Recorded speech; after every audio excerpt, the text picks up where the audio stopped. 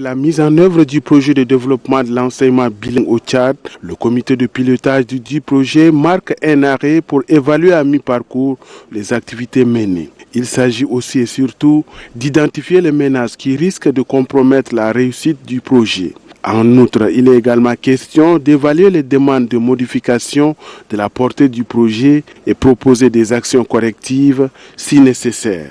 Coordinateur du projet Ali Jari, qui se réjouit des avancées significatives, appelle à une synergie d'action pour l'atteinte des objectifs fixés. Tout en saluant les efforts du Tchad en matière de la promotion du bilinguisme, le représentant de la Banque islamique de développement réaffirme le soutien de son institution. Les résultats des 2 années ont permis au projet d'asseoir la base et les ingrédients nécessaires pour enclencher un processus transformationnel capable de contribuer effectivement à l'opérationnalisation du bilinguisme sur le terrain en capitalisant sur le savoir et le savoir-faire acquis par les différentes parties prenantes.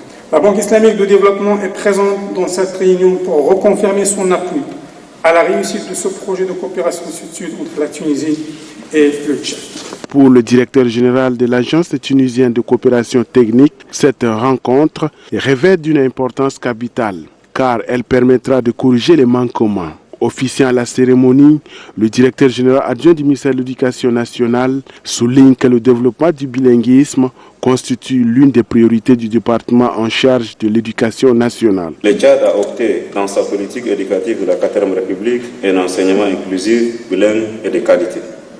Cette option du gouvernement est un vœu très cher à son Excellence Idriss Déby Itno, président de la République. Les échos des différentes formations réalisées dans le cadre de ces projets nous rassurent, j'ose croire, à la clôture de ces projets pilotes, le Tchad disposera sans nul doute des cadres capables de prendre la relève des experts tunisiens qui, faut-il le rappeler, des experts rompus en la matière.